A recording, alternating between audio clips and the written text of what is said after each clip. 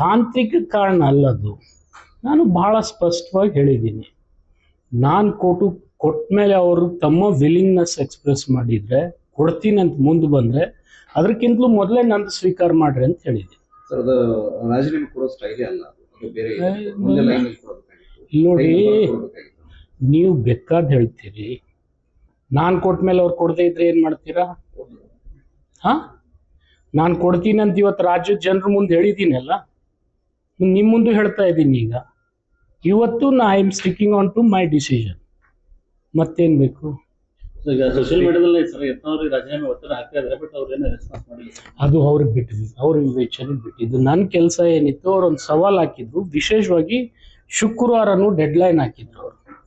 ಅದಕ್ಕೆ ನನಗೆ ಅನಿವಾರ್ಯವಾಗಿ ಕೊಡಲೇಬೇಕಾಯ್ತು. ಯಾಕಂತಂದರೆ ಸವಾಲು ಸ್ವೀಕಾರ ಮಾಡದೇ ಇದ್ದರೆ ನಾಳೆ ನಾನು ಸಾರ್ವಜನಿಕವಾಗಿ ಮುಖ ತೋರಿಸ್ತಕ್ಕಂಥ ಸ್ಥಿತಿಗೆ ಬರ್ತಿದ್ದಿಲ್ಲ.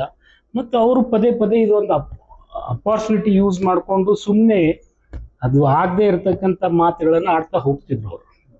ಅದು ಅಕಸ್ಮಾತ್ ಅವರಲ್ಲಿ ಆತ್ಮಸ್ಥೈರ್ಯ ಇತ್ತು, ಒಂದು ಶಕ್ತಿ ಇತ್ತು ಅಂದರೆ ಅವ್ರು ಪ್ರದರ್ಶನ ಮಾಡಲಿ, ನಂದೇನು ಅಭ್ಯಂತರ ಇಲ್ಲ. ಇವತ್ತು ನಾನು ಹೇಳ್ತೀನಿ, ನಾನು ಅವ್ರು ಕರ್ಕೊಂಡೇ ಹೋಗಿ ಸ್ಪೀಕರ್ ಕೊಡ್ತೀನಿ, ಆಯ್ತಾ?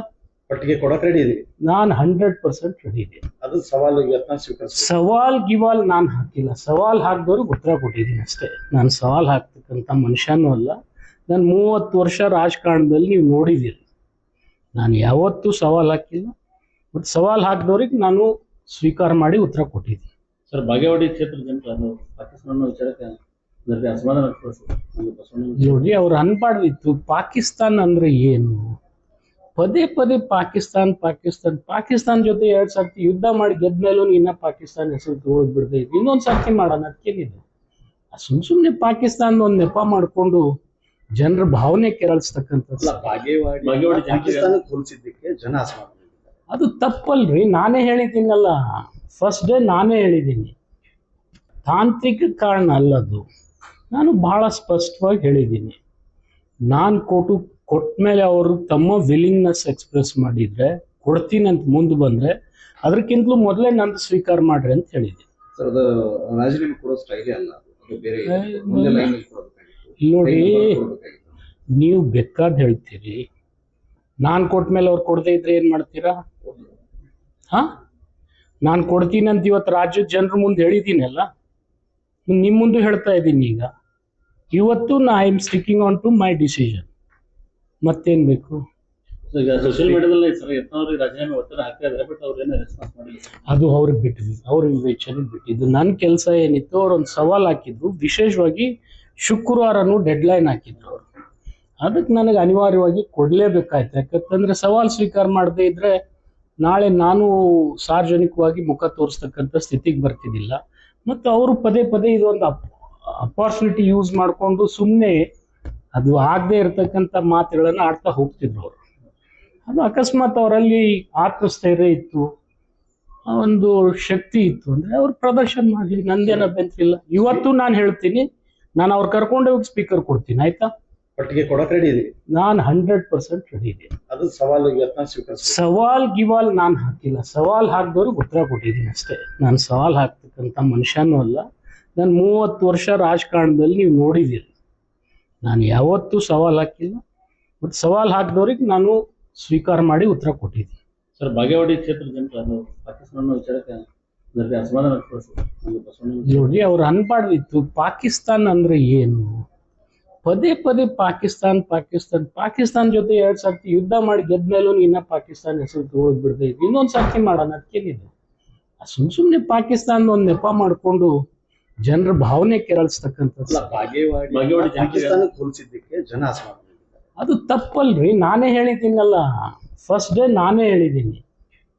ತಾಂತ್ರಿಕ ಕಾರಣ ಅಲ್ಲದು. ನಾನು ಬಹಳ ಸ್ಪಷ್ಟವಾಗಿ ಹೇಳಿದ್ದೀನಿ.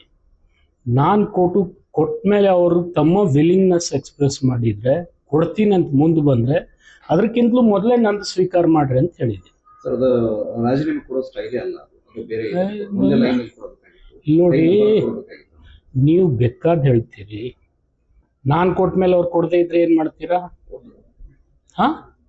ನಾನು ಕೊಡ್ತೀನಿ ಅಂತ ಇವತ್ತು ರಾಜ್ಯದ ಜನರ ಮುಂದೆ ಹೇಳಿದ್ದೀನಲ್ಲ, ನಿಮ್ಮ ಮುಂದೆ ಹೇಳ್ತಾ ಇದ್ದೀನಿ. ಈಗ ಇವತ್ತು I am sticking on to my decision.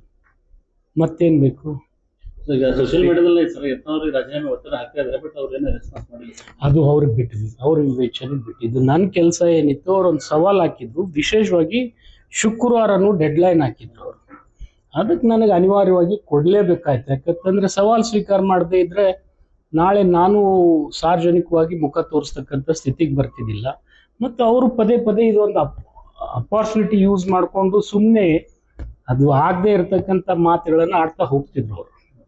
ಅದು ಅಕಸ್ಮಾತ್ ಅವರಲ್ಲಿ ಆತ್ಮಸ್ಥೈರ್ಯ ಇತ್ತು, ಒಂದು ಶಕ್ತಿ ಇತ್ತು ಅಂದರೆ ಅವ್ರು ಪ್ರದರ್ಶನ ಮಾಡಲಿ, ನಂದೇನು ಅಭ್ಯಂತರ ಇಲ್ಲ. ಇವತ್ತು ನಾನು ಹೇಳ್ತೀನಿ, ನಾನು ಅವ್ರು ಕರ್ಕೊಂಡು ಹೋಗಿ ಸ್ಪೀಕರ್ ಕೊಡ್ತೀನಿ, ಆಯ್ತಾ? ಒಟ್ಟಿಗೆ ಕೊಡಕ್ಕೆ ರೆಡಿ ಇದೀವಿ. ನಾನು 100% ರೆಡಿ ಇದ್ದೀನಿ. ಅದು ಸವಾಲು ಯತ್ನ ಸ್ವೀಕರಿಸಿ. ಸವಾಲ್ ಗಿವಾಲ್ ನಾನು ಹಾಕಿಲ್ಲ, ಸವಾಲ್ ಹಾಕಿದವ್ರಿಗೆ ಉತ್ತರ ಕೊಟ್ಟಿದ್ದೀನಿ ಅಷ್ಟೇ. ನಾನು ಸವಾಲ್ ಹಾಕ್ತಕ್ಕಂಥ ಮನುಷ್ಯನೂ ಅಲ್ಲ. ನಾನು 30 ವರ್ಷ ರಾಜಕಾರಣದಲ್ಲಿ ನೀವು ನೋಡಿದ್ದೀರಿ, ನಾನು ಯಾವತ್ತೂ ಸವಾಲ್ ಹಾಕಿಲ್ಲ.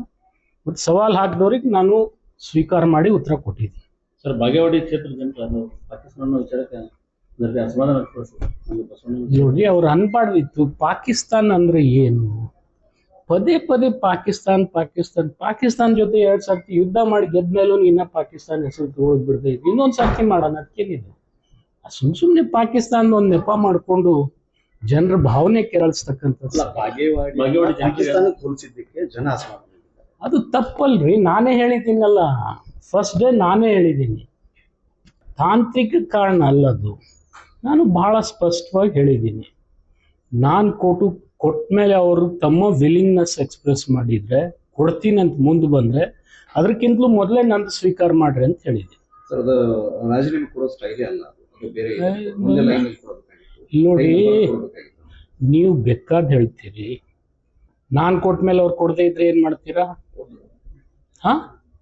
ನಾನು ಕೊಡ್ತೀನಿ ಅಂತ ಇವತ್ತು ರಾಜ್ಯದ ಜನರ ಮುಂದೆ ಹೇಳಿದ್ದೀನಲ್ಲ, ನಿಮ್ಮ ಮುಂದೆ ಹೇಳ್ತಾ ಇದ್ದೀನಿ. ಇವತ್ತು I am sticking on to my decision. ಮತ್ತೇನ್ ಬೇಕು? ಈಗ ಸೋಷಿಯಲ್ ಮೀಡಿಯಾದಲ್ಲಿ ಸರ್ ಯತ್ನಾವ್ರಿಗೆ ರಾಜೀನಾಮೆ ಒತ್ತಡ ಹಾಕ್ತಾ ಇದ್ದಾರೆ ಬಟ್ ಅವ್ರು ಏನೋ ರೆಸ್ಪಾನ್ಸ್ ಮಾಡಿಲ್ಲ. ಅದು ಅವ್ರಿಗೆ ಬಿಟ್ಟಿದ್ದು, ಅವ್ರ ವಿವೇಚನೆಗೆ ಬಿಟ್ಟಿದ್ದು. ನನ್ನ ಕೆಲಸ ಏನಿತ್ತು ಅವ್ರೊಂದು ಸವಾಲ್ ಹಾಕಿದ್ರು, ವಿಶೇಷವಾಗಿ ಶುಕ್ರವಾರನೂ ಡೆಡ್ಲೈನ್ ಹಾಕಿದ್ರು ಅವರು. ಅದಕ್ಕೆ ನನಗೆ ಅನಿವಾರ್ಯವಾಗಿ ಕೊಡಲೇಬೇಕಾಯ್ತು. ಯಾಕಂತಂದ್ರೆ ಸವಾಲ್ ಸ್ವೀಕಾರ ಮಾಡದೇ ಇದ್ರೆ ನಾಳೆ ನಾನು ಸಾರ್ವಜನಿಕವಾಗಿ ಮುಖ ತೋರಿಸ್ತಕ್ಕಂಥ ಸ್ಥಿತಿಗೆ ಬರ್ತಿದ್ದಿಲ್ಲ. ಮತ್ತು ಅವರು ಪದೇ ಪದೇ ಇದೊಂದು ಅಪಾರ್ಚುನಿಟಿ ಯೂಸ್ ಮಾಡಿಕೊಂಡು ಸುಮ್ಮನೆ ಅದು ಆಗದೆ ಇರತಕ್ಕಂಥ ಮಾತುಗಳನ್ನು ಆಡ್ತಾ ಹೋಗ್ತಿದ್ರು ಅವರು. ಅದು ಅಕಸ್ಮಾತ್ ಅವರಲ್ಲಿ ಆತ್ಮಸ್ಥೈರ್ಯ ಇತ್ತು, ಒಂದು ಶಕ್ತಿ ಇತ್ತು ಅಂದರೆ ಅವ್ರು ಪ್ರದರ್ಶನ ಮಾಡಲಿ, ನಂದೇನು ಅಭ್ಯಂತರ ಇಲ್ಲ. ಇವತ್ತು ನಾನು ಹೇಳ್ತೀನಿ, ನಾನು ಅವ್ರು ಕರ್ಕೊಂಡು ಹೋಗಿ ಸ್ಪೀಕರ್ ಕೊಡ್ತೀನಿ, ಆಯ್ತಾ? ಒಟ್ಟಿಗೆ ಕೊಡಕ್ಕೆ ರೆಡಿ ಇದೀವಿ. ನಾನು 100% ರೆಡಿ ಇದ್ದೀನಿ. ಅದು ಸವಾಲು ಯತ್ನ ಸ್ವೀಕರಿಸಿ. ಸವಾಲ್ ಗಿವಾಲ್ ನಾನು ಹಾಕಿಲ್ಲ, ಸವಾಲ್ ಹಾಕಿದವ್ರಿಗೆ ಉತ್ತರ ಕೊಟ್ಟಿದ್ದೀನಿ ಅಷ್ಟೇ. ನಾನು ಸವಾಲ್ ಹಾಕ್ತಕ್ಕಂಥ ಮನುಷ್ಯನೂ ಅಲ್ಲ. ನಾನು 30 ವರ್ಷ ರಾಜಕಾರಣದಲ್ಲಿ ನೀವು ನೋಡಿದ್ದೀರಿ, ನಾನು ಯಾವತ್ತೂ ಸವಾಲ್ ಹಾಕಿಲ್ಲ. ಮತ್ತು ಸವಾಲ್ ಹಾಕಿದವ್ರಿಗೆ ನಾನು ಸ್ವೀಕಾರ ಮಾಡಿ ಉತ್ತರ ಕೊಟ್ಟಿದ್ದೀನಿ. ಸರ್ ಬಾಗೇವಾಡಿ ಕ್ಷೇತ್ರದ ಜನರು ಅದು ಪಾಕಿಸ್ತಾನ ವಿಚಾರಕ್ಕೆ ಅದರಲ್ಲಿ ಅಸಮಾಧಾನ ವ್ಯಕ್ತಪಡಿಸಿದ್ರು. ನೋಡಿ, ಅವ್ರು ಅನ್ಬಾರ್ದಿತ್ತು. ಪಾಕಿಸ್ತಾನ ಅಂದ್ರೆ ಏನು? ಪದೇ ಪದೇ ಪಾಕಿಸ್ತಾನ್ ಪಾಕಿಸ್ತಾನ್ ಪಾಕಿಸ್ತಾನ ಜೊತೆ 2 ಸರ್ತಿ ಯುದ್ಧ ಮಾಡಿ ಗೆದ್ದ ಮೇಲೂ ಇನ್ನ ಪಾಕಿಸ್ತಾನ ಹೆಸರು ತಗೊಳ್ ಬಿಡದೆ ಇದ್ದು ಇನ್ನೊಂದು ಸರ್ತಿ ಮಾಡೋಣ ಅದಕ್ಕೇನಿದೆ? ಸುಮ್ಮನೆ ಪಾಕಿಸ್ತಾನದ ಒಂದು ನೆಪ ಮಾಡಿಕೊಂಡು ಜನರ ಭಾವನೆ ಕೆರಳಿಸ್ತಕ್ಕಂಥದ್ದು. ಬಾಗೇವಾಡಿ ಪಾಕಿಸ್ತಾನಕ್ಕೆ ಹೋಲಿಸಿದ್ದಕ್ಕೆ ಜನ ಅಸಮಾಧಾನ. ಅದು ತಪ್ಪಲ್ರಿ. ನಾನೇ ಹೇಳಿದ್ದೀನಲ್ಲ, ಫಸ್ಟ್ ಡೇ ನಾನೇ ಹೇಳಿದ್ದೀನಿ,